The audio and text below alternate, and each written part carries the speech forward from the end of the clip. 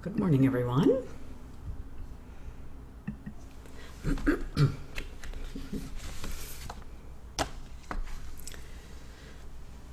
So, let's take a moment to review where we've been.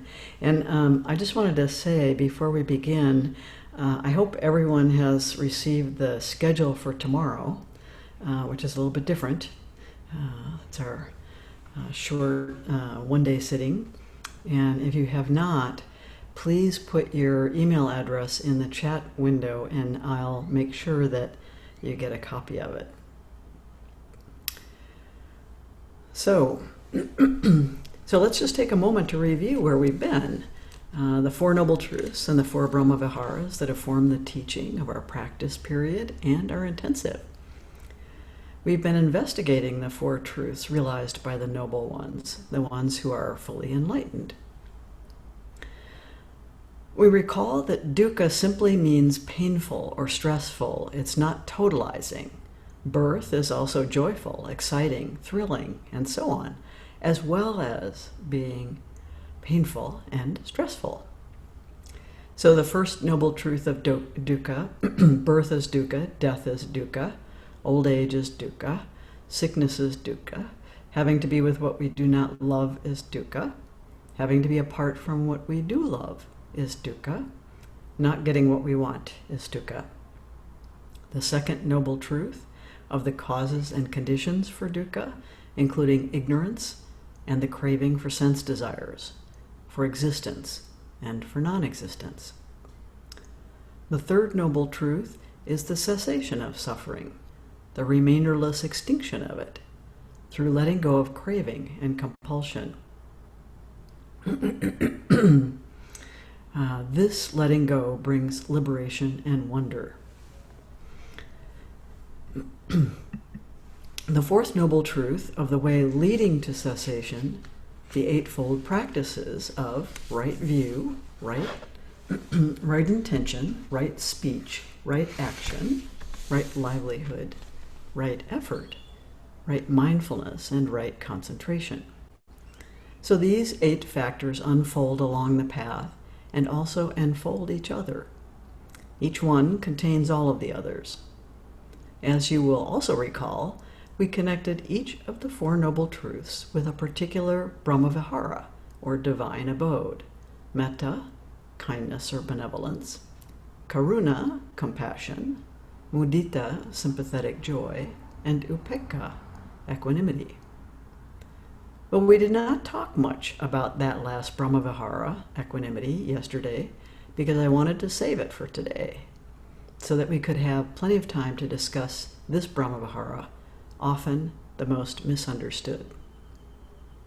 So in the popular imagination, Zen in particular, and Buddhism more generally, is associated with a kind of stoic remove, fueled by media depicting monks, rows of absolutely still monks, sitting like statues, and masters given to cryptic pronouncements. The equanimity we speak of is sometimes thought to numb all emotion and make people more or less into zombies. For many people, this image or notion is a real barrier to Zen practice, or meditation in general. Probably all of you have encountered people talking about you or someone as so Zen because of non-reacting to some experience or difficult person with emotional upset. Or when upset, they wish they could be more Zen about it. It's only half admiring, but also uncomprehending and baffled. In our culture, we favor the dramatic, the expressive, and the emotional. To be calm when others expect an emotional reaction is sometimes off-putting and alien. People bond with each other through their shared emotional responses. Yet they also find reassurance in someone who can remain calm when others are distressed or when the situation is somehow upsetting. So this Zen calm can sometimes be seen as an asset and sometimes as a barrier to connection. And this is especially true when practitioners marshal it to deflect or avoid genuine connection and engagement. In any case, it's based on a distorted idea about what equanimity really means. But the Buddha, in his many references and teachings about equanimity and dispassion, was not talking about a kind of numbing out or becoming unreachable or avoiding something we don't want to deal with or suppressing strong emotions.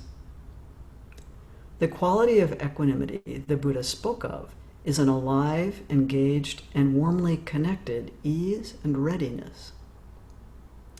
That readiness is a responsive and responsible function. When the 8 factors of the Noble Eightfold Path are well established, there's an unshakable foundation for our vow, for the Buddha heart and mind in each of us to come forth in any situation, unhindered by our conditioning or preferences.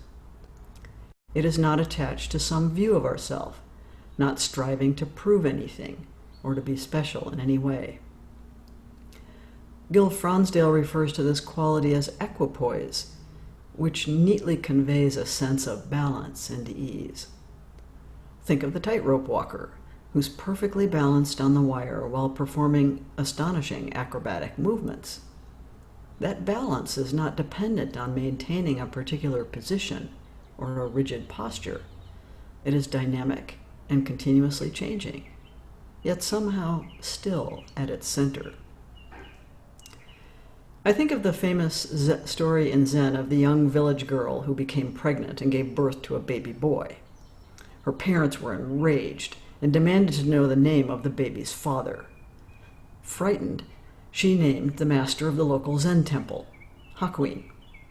Furious, the parents stormed to the temple with the baby and confronted Hakuin, shouting so that the whole village could hear that Hakuin was the father of this girl's baby. Hakuin calmly replied, "Is that so?" They shoved the baby at him and told him it was his responsibility to raise him. So Hakuin took the baby, went down to the village, and bought milk, and began to take care of him. Hakuin's monks left in disgust, and the villagers shunned him for this terrible ethical breach. Still, he cared for this tiny life. Time went on, maybe a year passed, and the girl, filled with remorse and shame, finally broke down and told her parents that the baby's true father was a village fisherman, a young boy, like herself. She was filled with grief about her deception. Parents were horrified.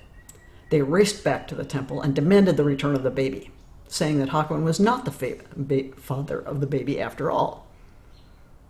"Is that so?" Hakuin murmured. He handed over the baby and returned to the temple.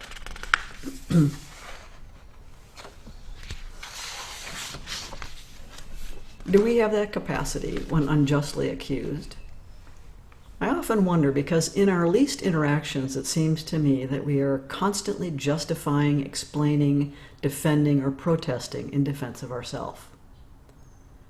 Hakuin's level of equanimity seems almost surreal. After all, he was a celibate Buddhist monk with no experience raising children.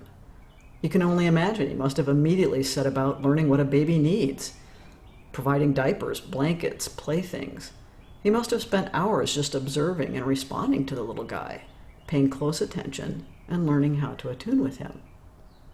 It was unjust, but he did not exert his moral authority as the spiritual leader of the village.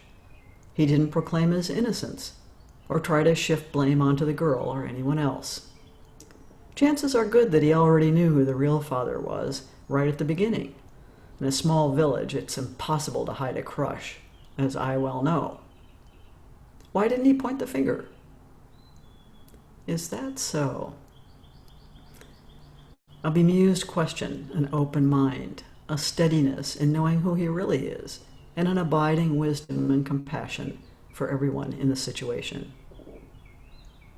Equanimity is to be so relaxed about who you are that you are at home in any situation and able to manifest your vow under all circumstances. Although you are responsive to the situation and the people in it, it almost doesn't matter what anyone thinks of you. This is not because you do not care about others, but because you are fully in charge of yourself. Sometimes I think about it this way. when dealing with a difficult situation or person? Why would I allow anyone else to regulate my inner experience? Why would I allow anyone to shake me from my vow? No one has earned that right. Even when we've been married for a long time and have intimate knowledge of each other, we maintain responsibility for managing our own inner well-being, our own experience of the world. This is right effort. We are always aware that we can only have a partial and temporary view of any situation, of any person. We are always aware of the three marks of existence: impermanence or inconstancy, suffering, and non-self. It is not unexpected for painful situations to arise, to last a while, and to disappear. And we recognize that they are essentially empty of anything we can refer to as I, me, or mine. Why is equanimity so important that the Buddha mentioned it over and over again? Why does he talk about dispassion as an attainment in our practice path? Emotional upset can cloud our judgment and our view. It can lead us into unskillful speech and actions. It subverts our aspiration and vow, and it entangles us in self-centered dreams and stories. Habitual emotion states have a kind of compulsive quality to them, which is what makes meditation so disconcerting.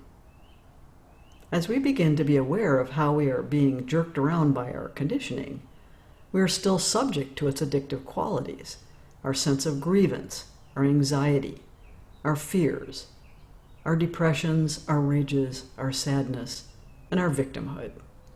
It's really hard to wake up to the imprisonment we find ourselves in, our entanglement with our emotion states, stories, and projections, without yet being free of them. This is where the practice of the Brahma Viharas is so valuable, because we can turn the radiance of those four qualities of kindness, compassion, empathetic joy, and equanimity toward our own suffering self. So equanimity is not some kind of stoic denial or repression, but simply the gaze of friendliness, curiosity, and care. So, for example, when someone says something provocative or outrageous and checks you for your reaction, suppose you simply say, "I guess I'm just wondering what you are going to say next." Nothing is required of you except what you want to give in that moment. On campus, our faculty meetings were often contentious. I mostly kept silent, listening to each impassioned person set out their best arguments. Ultimately, they would turn to me and say, "Well, what do you think?" 30 or 40 years of Zen practice, especially with a fine teacher, are good preparation for this kind of challenge. Sometimes I would restate each person's main idea and then say, "I think it's wonderful that we have such diverse perspectives on this issue. In hearing these views, we're more likely to come to a wise decision." I never endorsed sides, but sometimes I actually did have a position that felt right to me. Then I would say, "I do have a strong opinion on this issue, but I know that's not the only view that may be valid. And I've been wrong in the past, so I'm curious to hear what others think." But often the best offering I could make in a meeting would be silence, because nothing was being asked of me in the situation. So, better not to contribute more noise. Of course, I did have times of great upset as well. I don't think anyone has perfect equanimity all of the time, even the Dalai Lama. We're imperfect beings in an outrageous world, so we're going to have many, many opportunities to practice cultivating this Brahma Vihara. We're the stewards and the guardians of our own internal experience, our minds, our bodies, and our spiritual path. We can be intentional about how we manage ourselves, what kinds of influence we allow others to have over our minds and hearts. And we can still be blindsided by life. In our relational practice, we learn the importance of trust and the safety net of resilience and faith when problems or missteps arise. When we have this kind of confidence, it is easier to maintain our equanimity when upsets occur. More practically, consider how our emotional reactivity is actually unskillful. You'll recall that in the Buddhist tradition, those activities that cause harm are considered unskillful, and those that are beneficial are skillful. In difficult or upsetting situations, equanimity is even more skillful than in times of ease. How does it help anyone in the situation, including ourselves, if we become agitated and emotional? How do we help when we magnify the drama or the emotional energy? The person in the situation, no matter how dire, who can maintain some degree of equanimity, is in a position to benefit others and to be a resource in meeting the situation with wisdom and compassion, instead of being one of the people who needs to be taken care of. The Buddha also used the term dispassion interchangeably with equanimity. Dispassion is even more unpopular because we're addicted to our passions and because we've come to idealize passion as a creative force. And of course it is a creative force, as well as a destructive one. But in either case, passion has a compulsive force that carries us, sometimes blindly and helplessly, on the river of emotion.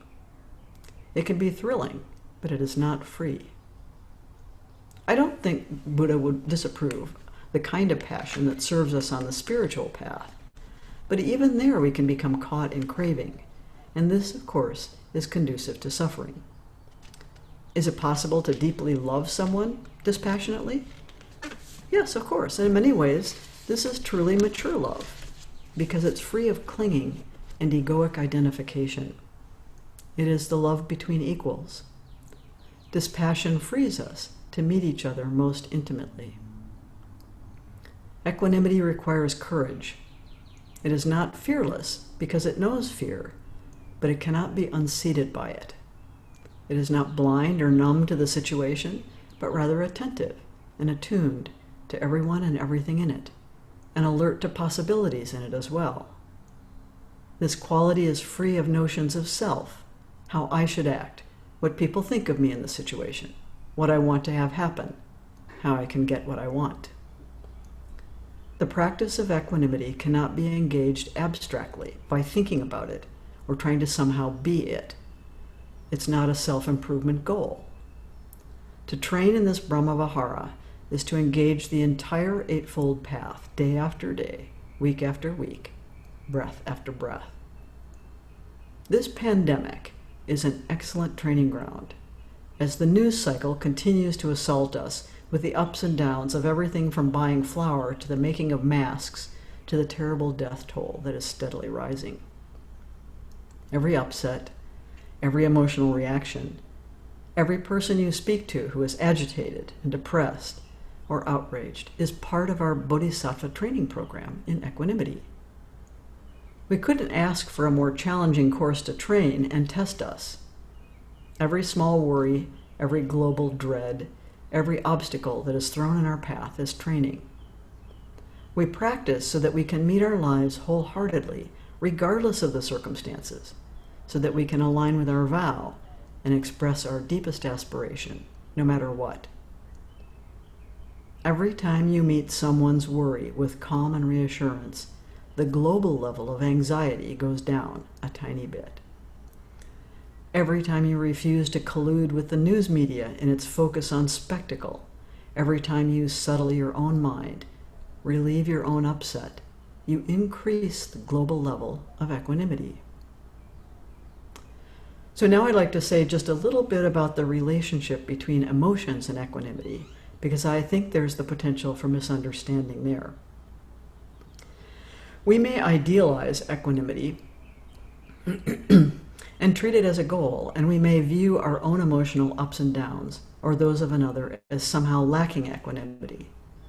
First, we must understand that everyone has a unique fingerprint in experiencing and displaying emotions.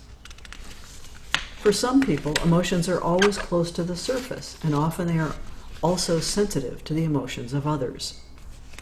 For other people, emotions run deeper and may not even show on the surface, or they may be unaware of them. Beyond the experience of emotions, each person has their unique expression of emotions.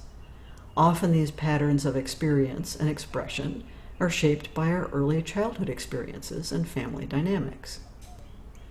My father, for example, was a Navy officer and the son of a minister. His emotions were deep and often unknown to himself, and he seldom displayed any emotions. He had been trained to comport himself with composure. My mother was the opposite, passionate and very demonstrative of her own emotions. Worse luck for my dad, she expected him to experience and display emotions as she did. This was the source of a lot of suffering for them both as they fought bitterly about it. We do not know what another is feeling inside. We must never judge another's emotional experience or display of emotions. We must guard against any expectations about what we or others will feel or do in any situation, based on our own sense of what emotions are right to feel or express. Rather, we must be fully present to the actual emotions we and others are experiencing. If we have a clear view of the situation, we may notice the extent that we or others extend or amplify the natural emotions, how we amp ourselves up and each other, whether we're using strong emotions as a social bond rather than simply experiencing them. Some people become addicted to the rush of strong emotions. We may use them in many ways, to earn approval, or to show our superior sensitivity, or to mobilize someone for a cause. They become part of our ongoing self-construction. So it's very important to investigate how our own emotions and the emotions of others are expressed, how they impact the situation, and whether the expression of them increases suffering or relieves it. As the Black Lives Matter movement demonstrates, there's a time and place for strong emotion in response to injustice and cruelty. But those emotions have been channeled into peaceful protests and mass demonstrations rather than acts of violence or cruelty that would only replicate the fundamental structure of oppression.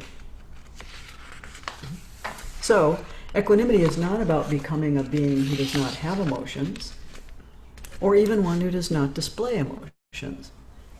Emotions are a valuable Dharma gate and an authentic response to our human predicament. All emotions have their place and can be an appropriate response. Equanimity is not about reaching a magical realm of absence of emotion. It is not even about not displaying emotions, which may be a very appropriate response to life as it is. Equanimity is not being disabled by our emotions or those of others. In emotional situations, our vow still applies. Our intention to live and be lived for the benefit of all beings is still present. The energy of emotion is valuable. It can be channeled to serve life. For this reason, the Eightfold Path is our valuable practice guide. With right view, we see situations clearly, and we are aware that there is much that we do not know and cannot see. We clearly recognize the emotions of ourselves and others in a situation. We stay connected to right intention, right speech, right action, as a way to mobilize the energy of the emotions in the situation for the benefit of life itself. We consider the way we make our life, our household, our work, our presence in the world, and use the energy of emotions to align them with our intention. We apply ourselves with right effort, mindfully, and with concentration, so that our emotions serve our bodhisattva vow. And always, we view emotional situations, people, and experiences as a training ground for that vow. The more we understand emotions as waves of experience that arise, persist for a while, and then disappear, the more we recognize our own patterns of reactivity, the more we are able to be a resource for others. I had a complicated relationship with my mother, as many people do, and when she died, peacefully but unexpectedly, I made a promise to myself not to be caught by what I or other people expected me to feel or do, but to study carefully exactly what was actually arising in response. This freedom simplified things, slowed them down, and allowed me to meet all the various feelings that showed up. As they moved through, there was a kind of calm abiding with them.